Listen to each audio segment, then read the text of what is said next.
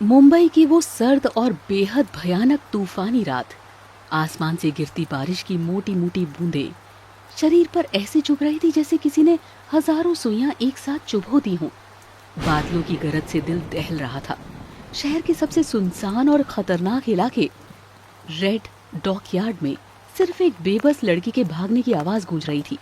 रात के करीब 2 बज रहे थे और अंधेरा इतना घना था कि अपना हाथ भी साफ नजर नहीं आ रहा था। इनाया अपनी पूरी ताकत लगाकर भाग रही थी। उसकी उम्र मुश्किल से 22 साल होगी, लेकिन आज उसकी बड़ी बड़ी आंखों में एक ऐसा खौफ था जो किसी की भी रूह कपा दे।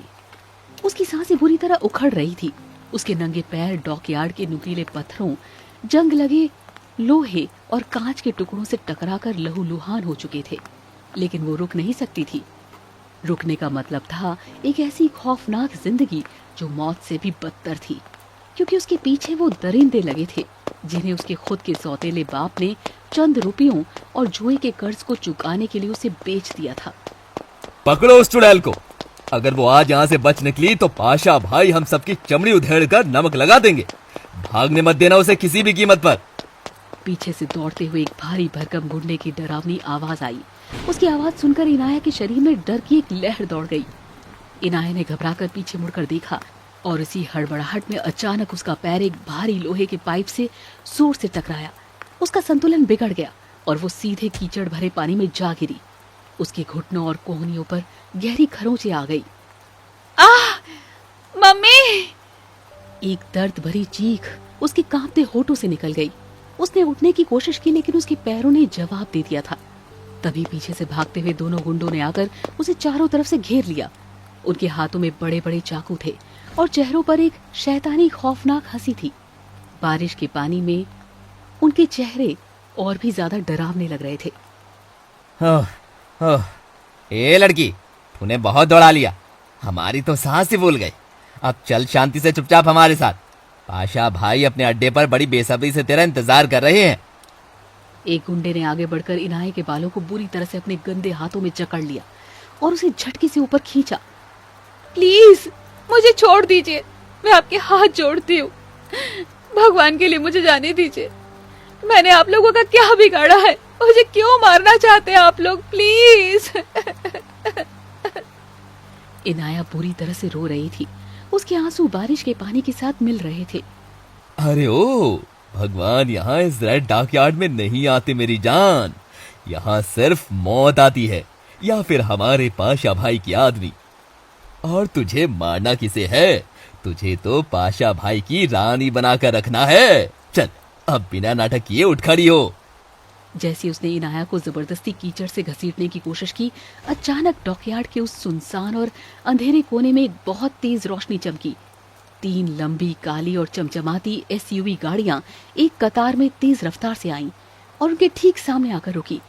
गाड़ियों की हेडलाइट्स की सफेद रोशनी इतनी तेज थी कि गुंडों की आंखें बुरी तरह से चुंधिया गई।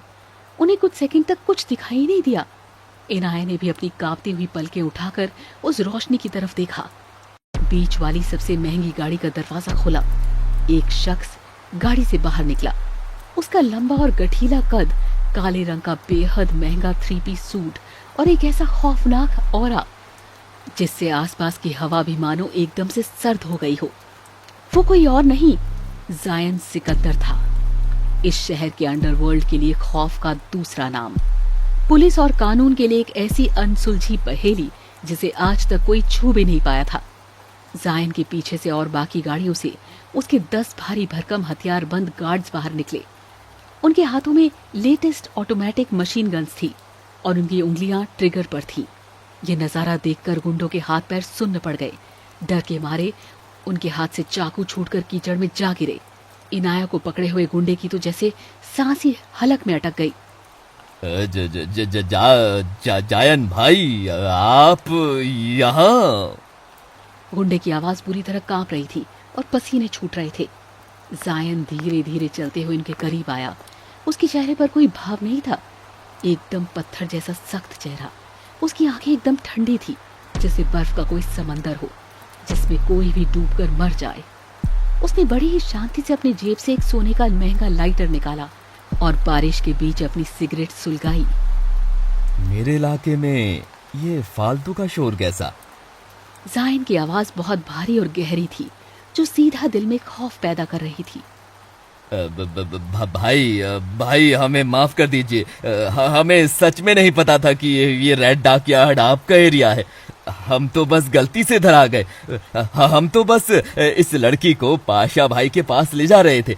ये उनका माल है। उन्होंने इसके सौतेले बाप को पैसे दिए हैं। जायन की ठंडी और खतरनाक नजरें पहली बार जमीन पर पड़ी इनाया पर गई। इनाया डर के मारे सिकुड़कर कोने में बैठी थी। बारिश के पानी से उसके सारे कपड़े भीग चुके थे और उसकी बड़ी बड़ी मासूम और डरी हुई आंखें सीधा जायन को ही देख रही थी। उन आंखों में कुछ ऐसा था, एक अजीब सी बेबसी, एक खौफ और एक अजीब सी मासूमियत, जिसने पहली बार पत्थर दिल जायन सिकंदर के सीने में एक अनजानी सी हलचल पैदा कर दी। माल नहीं, इंसान है वो। और जायन सिकंदर के इलाके में किसी भी औरत पर हाथ उठाने की या उसे माल कहने की सजा क्या है, पता है तुम कुत्तों को? जायन का लहजा एकदम बहुत खतरनाक हो गया था। भाई, बहुत बड़ी गलती हो गई।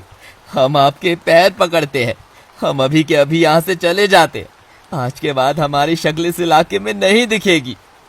गुंडे जान बचाकर पीछे हटने लगे, लेकिन जायन ने अपने राइट हैंड मैन समीर की तरफ बिना देखे ही सिर्फ अपनी एक उंगली से हल्का सा इशारा किया। समीर ने तुरंत अपनी गन निकाली और 2 गोलियों की तेज आवाज ने बारिश के शोर को चीर कर रख दिया। दोनों गुंडों के घुटनों के बीचों बीच में गोली लगी थी और वो बुरी तरह चीखते हुए कीचड़ में गिर पड़े। खून की धार कीचड़ वाले पानी में बहने लगी। इनाया ने इतना खून और गोली चलते हुए कभी नहीं देखा था। डर के मारे उसने अपने दोनों कान कसकर बंद कर लिए और तेज चीख मार दी। उसे लगा अब उसकी भी बारी है। वो कोट पैंट वाला इंसान उस पाशा से भी ज्यादा खतरनाक और जालिम था। जायन धीरे से झुका और इनाया के बिल्कुल करीब आ गया। उसके महंगे परफ्यूम और सिगरेट के धुएं की खुशबू ने इनाया को चारों तरफ से घेर लिया था। मुझे बेवजह की चीखें बिल्कुल पसंद नहीं है। एकदम शांत हो जाओ, जायन ने नरमी से कहा, लेकिन उसकी आवाज में एक हुक्म था। आप कौन हैं? मुझे मारिएगा मत प्लीज। मैं बहुत गरीब हूँ। मेरे पास आपको देने के लिए कुछ भी नहीं है। मुझे बस मेरे घर जाने दीजिए। इनाया पीछे खिसकते हुए कांप रही थी। जायन ने बिना कुछ कहे अपना कोट उतारा और उसे इनाया के कांपते और भीगे हुए कंधों पर डाल दिया। कोट की अचानक मिली गर्माहट से इनाया कुछ पल के लिए एकदम सुन्न रह गई। अगर मैं तुम्हें मारने आया होता तो तुम अब तक सांस नहीं ले रही होती। चुपचाप उठो यहाँ से। जायन ने अपना हाथ इनाया की तरफ बढ़ाया। इनाया अंदर तक कांप रही थी। वो एक गुंडे से बचकर दूसरे शहर के सबसे बड़े और खतरनाक माफिया के हाथ में अपना हाथ कैसे दे सकती थी। लेकिन जायन की आंखों में एक अजीब सा दबाव था, जिसे टालने की हिम्मत उसमें बिल्कुल नहीं थी। कांपते हुए हाथों से इनाया ने उसका हाथ थाम लिया। जायन ने उसे एक झटके में कीचड़ से खड़ा कर दिया। बॉस, इन दोनों कीड़ों का क्या करना है? यही खत्म कर दूं इन्हें? समीर ने जमीन पर तड़पते गुंडों की तरफ गन तानते हुए पूछा। नहीं, इन्हें जिंदा छोड़ दो और पाशा के पास पार्सल कर दो। और उस कुत्ते से कहना कि अगर अगली बार उसके पालतू कुत्ते मेरे इलाके में नजर भी आए तो मैं उसके घर में घुसकर उसका सर धड़ से अलग करके चौराहे पर टांग दूंगा। जायन इनाया का हाथ पकड़कर उसे अपनी गाड़ी की तरफ ले जाने लगा था। आप मुझे कहाँ ले जा रहे हैं? मुझे छोड़ दीजिए प्लीज। मैं खुद चली जाऊंगी अपने रास्ते। मैं आपको कोई परेशानी नहीं दूंगी।